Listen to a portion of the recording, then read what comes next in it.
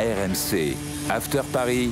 François Pinet. Salut à toutes et à tous, bienvenue dans l'épisode 4 After Paris, saison 2025-2026. Merci à toi qui nous écoute en podcast, merci à toi qui nous regarde sur YouTube, merci à toi qui nous regarde sur After Foot Télé, la télé de l'After à retrouver sur toutes les télés connectées. After Paris, le podcast de ceux qui ont aimé Franck Gava et Bonaventure Calou. Aujourd'hui, Jimmy Brown est là. Salut Jimmy. Très belle référence. Bonsoir François, bonjour à tous. Et puis Fabrice Hawkins, bien évidemment, est là. Salut Fabrice. Salut François, salut Jimmy. Très heureux de vous retrouver pour un épisode exceptionnel, puisque c'était évidemment le retour en Ligue des Champions d'Europe. C'était face à l'Atalanta et on a vu un récital parisien, une victoire 4-0 pour le Paris Saint-Germain. Une première période délicieuse. On va y revenir. D'ailleurs, n'hésitez pas à désigner l'homme du match en commentaire. Pour vous, qui est l'homme du match? Je poserai la question à Jimmy et à Fabrice. On va parler aussi bien sûr de ce qui s'est moins bien passé, la blessure de Neves, le pénalty raté de Bob Barcola et puis le cas peut-être Gonzalo Ramos. Mais d'abord, je voulais commencer cet After Paris épisode 4 par écouter une réaction de celui qui découvre ce groupe. C'est Lucas Chevalier. Il découvre les champions d'Europe. Il a joué son premier match en Ligue des Champions avec le PSG. Et ce qu'il dit est très très intéressant. C'était au micro de Jérôme Sillon d'RMC Sport. Écoutez. Ça envoie forcément un gros signal comme quoi l'équipe est motivée et confiante. Et je sens vraiment depuis mon arrivée un club très en confiance et très serein dans ce qu'ils veulent faire. Je pense que le fait qu'ils aient gagné la Ligue des Champions la saison dernière les a enlevés d'un poids et qu'aujourd'hui le jeu se fait encore plus facilement, sereinement. Est-ce que vous partagez cet avis de Lucas Chevalier qui lui a eu le temps de voir ce qui se passait sur la pelouse parce qu'il n'a pas été... Ouais, ça me fait marrer, on dirait presque le gardien de l'équipe adverse, tu sais, qui s'exprime. Le fait qu'ils aient gagné la Ligue des Champions, ouais, il ne faisait pas partie de cette aventure-là, mais oui, bien sûr qu'on est d'accord. Moi franchement, j'étais surpris de voir... On parle souvent d'interrupteurs avec le PSG, tu sais, au niveau européen. Les dernières années, on disait souvent ça. Est-ce qu'ils sont capables de... Et là, ils sont vraiment passés en mode Ligue des Champions, quoi. Moi, je n'ai pas trouvé le match exceptionnel malgré la victoire face à Lens. J'étais un peu inquiet avant le début de la compétition. Et puis là, tu vois, dès les 5 premières minutes, en fait... Déjà, tu as l'ambiance du Parc des Princes. Je pense qu'il a dû se régaler, Lucas Chevalier. Tu étais vraiment dans l'impression d'être au printemps dernier. On est resté sur une espèce d'euphorie de la part du public et pas que dans les virages. En fait, tout le Parc des Princes poussé derrière l'équipe. Et la manière dont ils ont abordé le match, dont ils sont rentrés dans le match, Marquinhos, enfin, le symbole, moi, je le trouve dingue de voir Marquinhos aller au pressing, être là en renard des surfaces pour conclure au bout de même pas 5 minutes de jeu. Ouais, moi, ils m'ont vraiment impressionné, leur capacité à étouffer complètement l'Atalanta sur les 20 premières minutes. Franchement, si t'as pas un bon gardien et si t'as un peu plus de réussite, parce que ça touche quand même le poteau, etc., tu peux être à 3-0 au bout de 20 minutes, il n'y a pas de scandale. Donc, oui, je suis d'accord avec lui. Tu sens qu'ils sont complètement libérés et qu'ils sont en mission, quoi. Quand ils sont rentrés, ils ont abordé cette compétition d'une toute autre manière par rapport à ce qu'ils avaient fait en Ligue 1 jusqu'à présent. Impressionnant ce PSG, Fabrice, évidemment. Bon, l'adversaire, ce n'est plus l'Atalanta Bergame avec Gasperini, on l'a vu, mais malgré tout, quand même. Il y avait quelques doutes, comme le disait Jimmy, surtout avec les absences d'Embélé, Doué, etc. Et on a vu, surtout lors de cette première période, le rouleau compresseur qui est devenu le Paris Saint-Germain. Ouais, on a vu qu'ils n'avaient rien perdu finalement de leur schéma de jeu, qu'ils savaient toujours aussi bien jouer, comme tu le dis. C'est vrai qu'il y avait des doutes. Souvenez-vous quand Ousmane Dembélé, quand Désiré Doué se sont blessés en sélection, qu'est-ce qu'on disait, qu'est-ce qu'on entendait? Ça va être super dur, ça va être compliqué en Ligue des Champions. Derrière, il y a eu la petite alerte aussi de Kvaratskhelia. On s'est dit ça va être vraiment terrible pour eux.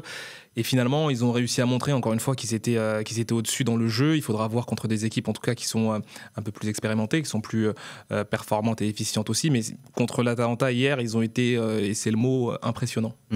Alors justement, on va rentrer dans le détail des individualités. Il y en a pas mal à ressortir après un 4-0 forcément, mais il faut faire un choix. C'est le petit jeu que je vous ai proposé pour cet épisode d'After Paris, d'évaluer les joueurs et qui est votre homme du match. Alors, on va commencer par toi, Fabrice.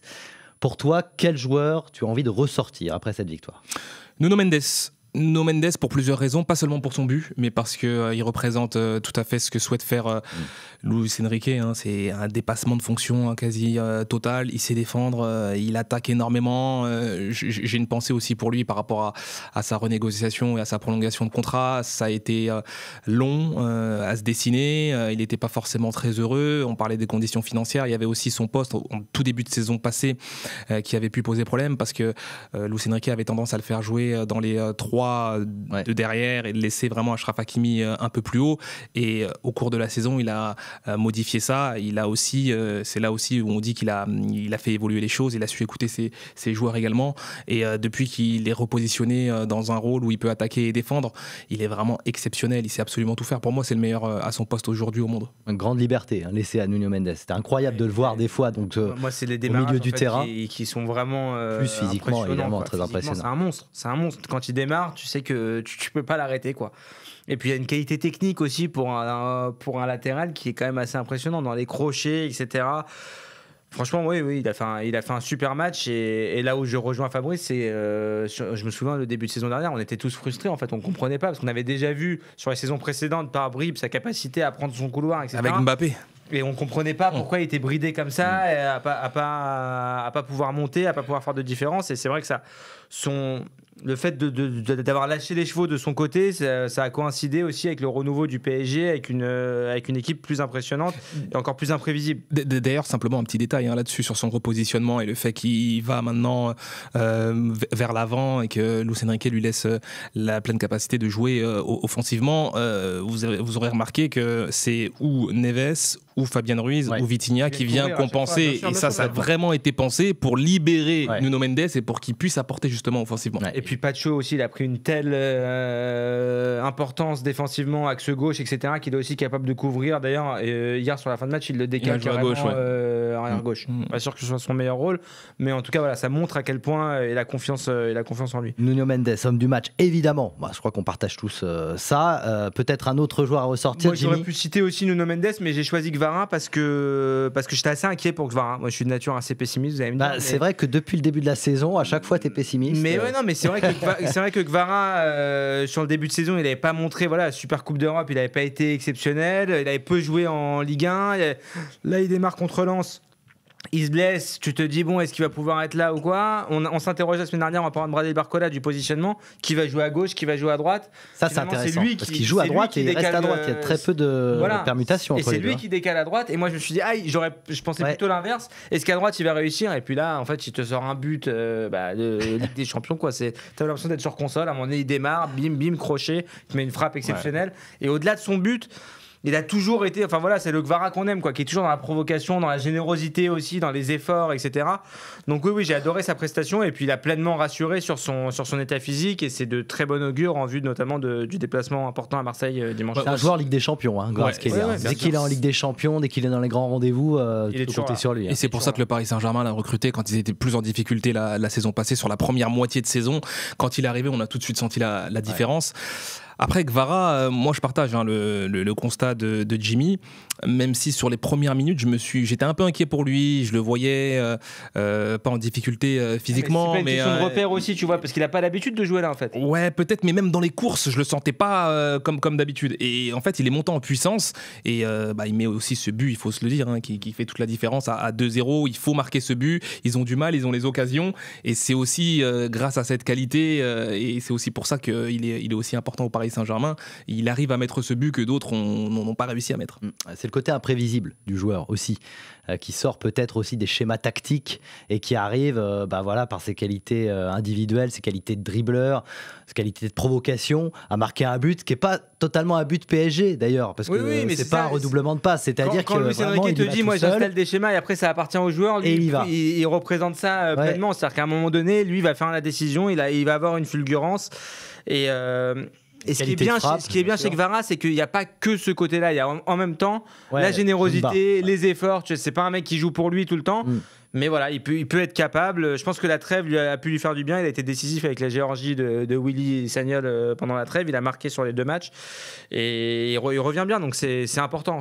Moi, franchement, j'étais ultra flippé. Quand je le vois sortir sur blessure contre Lens, Là, je me dis ça devient compliqué parce que t'as pas, tu vois, si t'as plus Dembélé, plus Doué, et qu'en plus tu perds Kvara, c'est. Il y a un gros boulot, il y a un gros boulot qui a été fait par le staff. Et moi, c'est ce qu'on m'avait dit il y a encore 2 jours. Hein. Si Dembélé et Doué étaient là, ils n'auraient pas joué. C'est pas qu'ils ont pris un risque, mais ils ont tout fait pour le mettre sur pied. C'est pour ça que la veille du match, on disait que s'il est sur la feuille de match et s'il a de bonnes sensations, il va démarrer. Ils voulaient vraiment compter sur lui. Peut-être pas lancer trop de jeunes en même temps, parce qu'on a vu avec le choix de Seny Mayulu, si tu mets Seny Mayulu devant, que tu fais pas jouer Gonzalo Ramos et que tu fais jouer Bradley Barcola, sur le banc de touche, il n'y a plus beaucoup de monde. Et c'est vrai que se présenter avec un triptyque Seny Mayulu, Bradley Barcola, Ibrahim Mbaye, c'était peut-être un peu léger pour Luis Enrique, même si c'est des joueurs très talentueux. En tout cas, ça a gère en fonctionné. fin de match. Ouais. Quand il laisse les 20 dernières minutes à Mbaye, c'est clairement en vue du match à Marseille. Alors justement, il y en a un autre qui a été géré, et pour moi, c'est pas l'homme du match, parce que je pense qu'effectivement, ça se situe entre Nuno Mendes et Kvaratskhelia, mais quand même, pour moi, c'est le petit coup de cœur Fabian Ruiz. Il a été géré parce qu'il a joué 55 minutes, hein, donc vraiment, c'est en prévision sans doute du match face à Marseille ce week-end. Et pourquoi le coup de cœur ? Alors je sais, j'ai écouté After Paris la saison dernière, je sais qu'il y a eu énormément de débats autour de lui. Il a éteint tous les débats en fin de saison dernière. Il a été critiqué. Et pas que dans After Paris. Hein. Et sur ce match-là, moi je trouve qu'il représente tout à fait ce que souhaite Luis Enrique. C'est-à-dire, tu l'as dit tout à l'heure aussi pour Mendes, mais dépassement de fonction.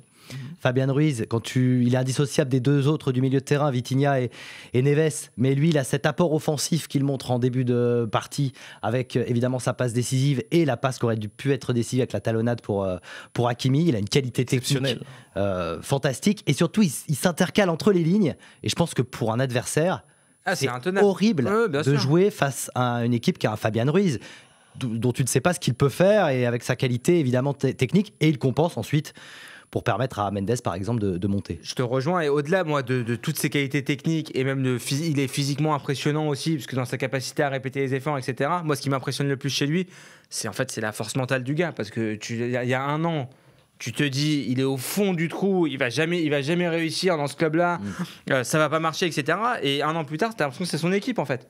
Et même en c'est lui le patron au milieu, tu vois, c'est l'espèce de plaque tournante. Évidemment, comme tu dis, c'est indissociable de Vitinha, de João Neves. Mais voilà, Fabian Ruiz, il est là, il réclame à chaque fois.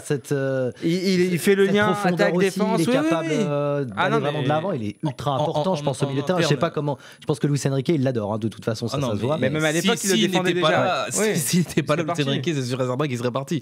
Parce que en interne, bon, il y avait beaucoup de voix qui disaient Fabian Ruiz, c'est pas mal, mais bon, est-ce qu'il va vraiment réussir au plus haut niveau chez nous? Est-ce qu'au Paris Saint-Germain, il va pouvoir passer ce palier qui permette à ce milieu de tourner? Il y avait beaucoup de sceptiques, et si Luis Enrique ne le rattrape pas par la manche en lui disant reste ici, moi j'ai confiance en toi, je vais réussir avec toi, je vais pas dire contre tout le monde, mais contre beaucoup, eh bien il est plus là, Fabian Ruiz. Donc il faut aussi rendre hommage à Luis Enrique qui a eu du flair, tout simplement. Voilà, pour les hommes du match, vous en avez peut-être d'autres, n'hésitez pas dans les commentaires, vous laissez votre homme du match, votre joueur préféré sur cette rencontre face à l'Atalanta. On revient dans un instant dans After Paris, vous restez évidemment avec nous, on débriefe ce premier match de Ligue des Champions du Paris Saint-Germain. On va revenir sur les choses qui se sont un peu moins bien passées, le penalty raté, mais aussi peut-être la blessure de Neves. Restez avec nous, on revient tout de suite. After Paris, deuxième partie du podcast hebdomadaire, vous le savez, sur l'actu du PSG. Merci à toi qui nous écoute en podcast, merci à toi qui nous regarde sur YouTube et sur After Foot Télé. Jimmy Brown, Fabrice Hawkins, aujourd'hui pour revenir sur ce PSG Atalanta. On a parlé des choses qui nous ont plu, on va parler de ce qui nous a moins plu ou de ce qui nous inquiète. Tiens, l'inquiète service, c'est Jimmy. J'imagine ta tête quand tu as vu sortir João Neves en deuxième période. D'abord, la blessure, on va le dire, hein, au moment où on se parle là, on n'a pas encore l'info pour savoir Fabrice, il sait, hein. Combien de temps ça va durer.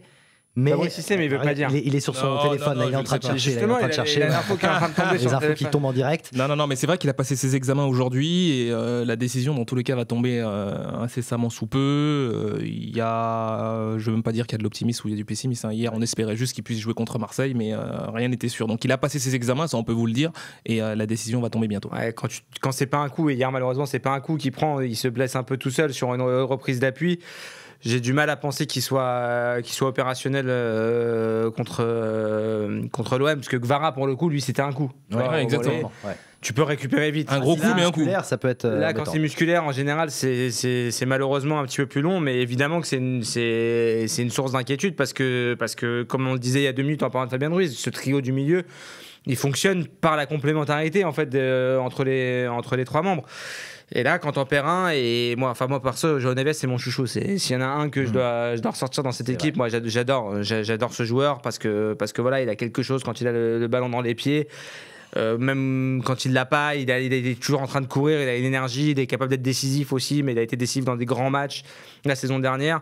Donc oui, ce serait une grosse perte que de ne pas l'avoir dimanche au Vélodrome. Maintenant voilà, on a parlé de Warren Zaïre-Emery en début de saison et de l'importance pour lui de s'affirmer cette saison. Ça va être son match, et ça va être à lui de montrer qu'il est capable aussi d'élever son niveau, quoi. Moi, j'ai pas été transcendé par son entrée, tu le disais il relaie assez tôt dans le match Fabien Ruiz, et il fait pas une super entrée hier, Warren Zaïre-Emery. Donc après, il entre à un moment donné où le PSG a déjà le match gagné. Le match est déjà joué. Forcément, peut-être plus difficile. L'équipe, elle tourne moins qu'en début de. Ouais, mais quand malheureusement, tu as une équipe avec un trio surtout aussi dominateur au milieu de terrain, il faut, avec les miettes que tu as, il faut pouvoir montrer très vite. Là, je pense qu'il en aura l'occasion. Donc, à suivre, évidemment, la blessure de João Neves. Mais bon, ça rejoint ce qu'on va dire, et je pense qu'on va le répéter souvent. Et c'est Manu Petit qui en parlait hier soir dans l'after. Il disait, au-delà de l'enchaînement des matchs, ce qui l'inquiète le plus, c'est qu'à un moment donné, tu payes dans une saison, lui dit, le manque de préparation. En fait, tu as démarré une saison après 3 semaines de vacances, il y a eu 1 semaine d'entraînement et tu as démarré contre Tottenham. C'est quelque chose qui s'est jamais vu dans l'histoire du foot. Donc à un moment donné, forcément, il va devoir y avoir, on va devoir payer l'addition à un moment ou à un autre. Donc, est-ce que la stratégie, ça va être de ménager les cadres pour leur refaire faire du foncier, c'est ce qu'évoquait peut-être, c'est l'option qu'évoquait Manu hier. Mais t'as pas le temps, c'est ça le problème. C'est de dire voilà, tu joues des matchs avec la Ligue des Champions que tu as, tu peux pas prendre le temps. Pour l'instant, non. T'as des matchs tout le temps. Il y a la. Mais par petits groupes, tu vois, il va se dire voilà, j'en sors 3 pendant X temps. Mais le souci, c'est que t'as la fenêtre internationale aussi. On sait que c'est des joueurs importants dans leur sélection, donc ils vont jouer. C'est compliqué. Donc le temps ne joue pas en la faveur du Paris Saint-Germain. La vraie question et la vraie inquiétude, c'est de savoir si tu vas pouvoir arriver à avoir ton pic de performance comme tu l'as eu l'année dernière en deuxième partie de saison. Au-delà du cas des blessures qui vont arriver, mais qui vont arriver pour tous les clubs. Ça, tu vas en être des blessures, tu vas en avoir à Paris, tu vas en avoir partout parce que il y a beaucoup trop de matchs, on le sait, les cadences sont infernales. Donc tous les joueurs vont avoir une propension à se blesser. Mais la différence, c'est que le PSG, contrairement aux autres clubs, ils ont eu la prépa la plus courte de tous les clubs en lice dans cette Ligue des Champions. Et ça, j'espère que ça va pas se payer à un moment donné. Toutes les infos sur la blessure de Neves, évidemment, vous connaissez le chemin rmcsport.fr avec les bonnes infos de Fabrice Hawkins.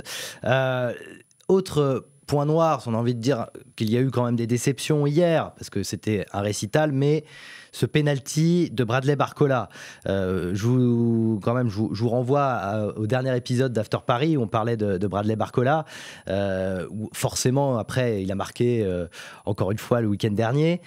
On l'attendait aussi sur ce match de Ligue des Champions, et malheureusement ce qu'on gardera de son match, c'est peut-être ce penalty tiré de façon très nonchalante, qui a visiblement pas trop plu à Luis Enrique, si on l'a entendu chez nos confrères de Canal, qui disait, si vous voulez des explications sur la façon dont il a tiré, il faut demander directement aux joueurs. Donc Fabrice, explique-nous comment ça se passe. Qui désigne les tireurs de penalty? Juste avant de t'entendre, on va écouter Luis Enrique, parce qu'il a été interrogé aussi en conférence de presse sur qui tire les penaltys au PSG.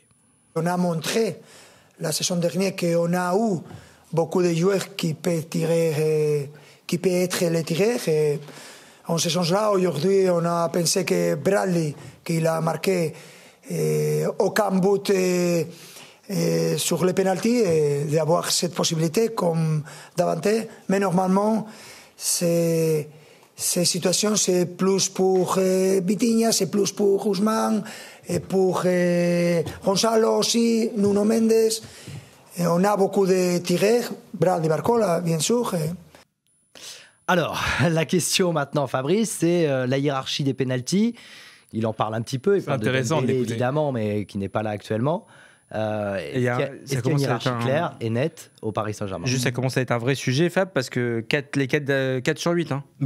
Sur les 8 derniers, il y en a 4 qui ont été manqués. C'est 50% de réussite, c'est inquiétant quand même à ce niveau.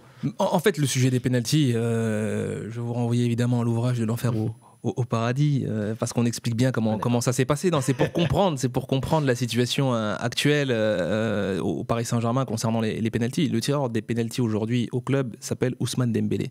Ils ont fait un vote effectivement la saison passée où concrètement Luis Enrique a décidé, peu importe ce que voulaient ses joueurs finalement, puisqu'il avait organisé un vote, mais finalement il a décidé que c'est lui qui avait le dernier mot et que ce serait Vitinha. Un semblant de démocratie, quoi. On fait croire qu'ils ont le choix, mais en fait non. En laissant un peu de marge de manœuvre, avec donc la possibilité pour Ousmane Dembélé de les récupérer à partir du moment où Vitinha rate. Donc il se trouve que Vitinha a raté, Ousmane Dembélé les a récupérés, lui-même a raté mais a continué à les tirer. Donc aujourd'hui, quand il est sur le terrain, il va tirer.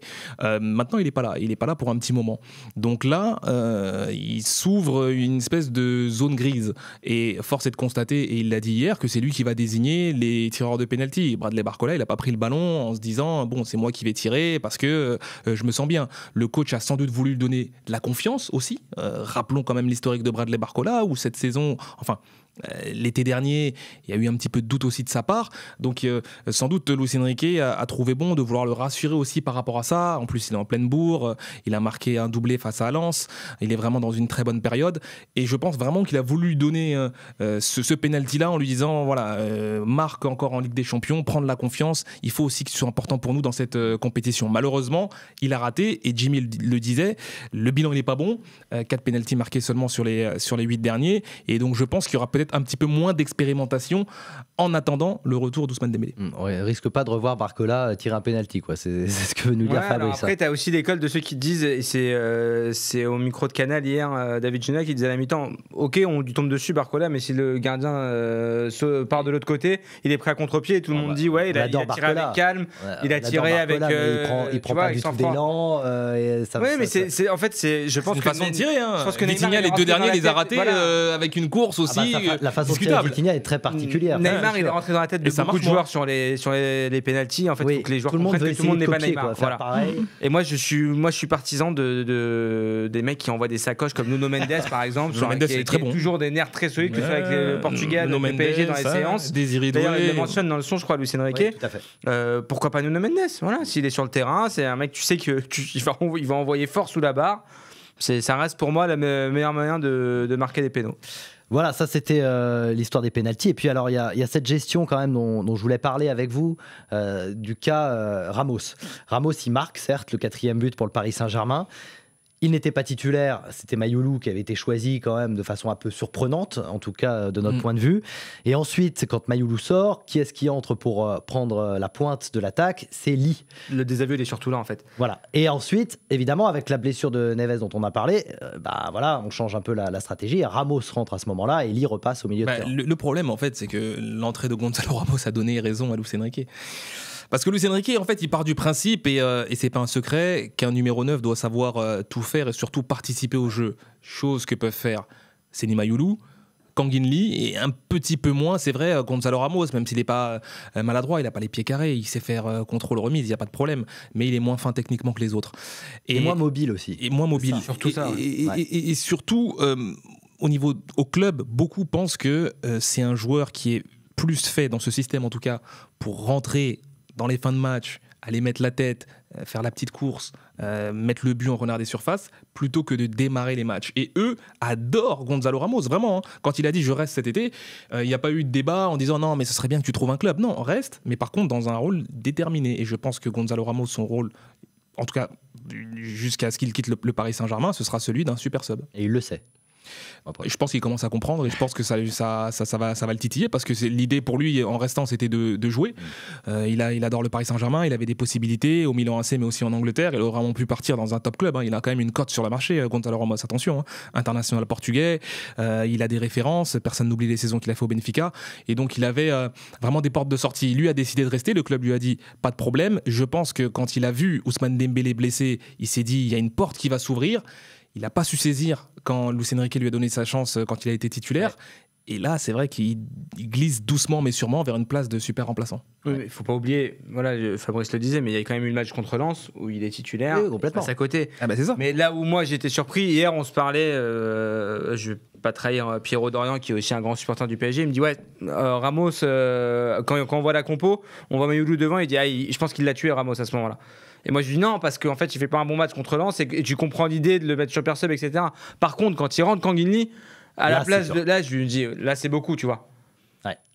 Et heureusement pour lui finalement qu'il a ce 4e but à la fin qui lui permet aussi, je pense, d'accumuler de la confiance, et tu sens qu'il est aimé dans le groupe. Quand Nuno Mendes passe en zone mixte à la fin, il a un mot pour lui aussi, il dit voilà, c'est important pour Gonzalo de marquer, mais Portugal. Mais voilà, la difficulté c'est la mobilité, et d'ailleurs il l'explique, Luis Enrique, il veut un joueur qui s'intercale au milieu. Pourquoi c'était Mayoulou, parce que évidemment il est plus mobile, il peut bouger, il fait pas un mauvais match d'ailleurs, hein. Alors que Gonzalo Ramos, on peut l'utiliser quasiment dans une seule oui, c'est un œuf de surface, quoi. C'est plus un œuf de surface qu'un œuf qui va venir décrocher, s'intégrer dans les circuits de passe, etc. Mais d'ailleurs, on peut en profiter pour saluer, moi je trouve, la performance de Mayoulou, qui pour une première titularisation comme ça, il avait occupé ce poste-là en Coupe du Monde des clubs, je crois, contre Seattle. Ça n'avait pas été incroyable ce jour-là. Moi, j'ai trouvé bon hier, même s'il n'est pas décisif. Enfin voilà, j'ai trouvé que il s'affirme de plus en plus dans cette équipe-là. Et le club compte sur lui, c'est important aussi. On a entendu beaucoup notamment sur les réseaux, beaucoup appelé de leur vœu l'arrivée de Rodrigo Mora, et certains ne comprenaient pas quand on a sorti sur RMC notamment que la direction sportive et le coach comptaient vraiment sur Seny Mayoulou. On avait des commentaires en disant oui, mais c'est pas un offensif. Ouais, mais dans l'esprit de Luis Enrique, il peut jouer à tous les postes et notamment à ses postes offensifs. Avec capacité d'adaptation à saluer, parce que c'est pas dans. Ça sera peut-être l'objet d'un futur épisode d'After Paris. Il le mériterait. On va parler de sa prolongation. Vous avez été parfait, messieurs. Merci beaucoup, Jimmy. Merci Fabrice. On se retrouve la semaine prochaine dans After Paris pour un épisode 5 qui pourrait être très beau, puisque peut-être que Dembélé sera Ballon d'Or. Donc, et que le PSG aura gagné le classique au Vélodrome aussi. Pour ne pas le rater, pensez à vous abonner dès maintenant. Vous pouvez aussi bien sûr laisser une note et un commentaire. Vous connaissez le chemin. À bientôt. Merci à tous. RMC After Paris.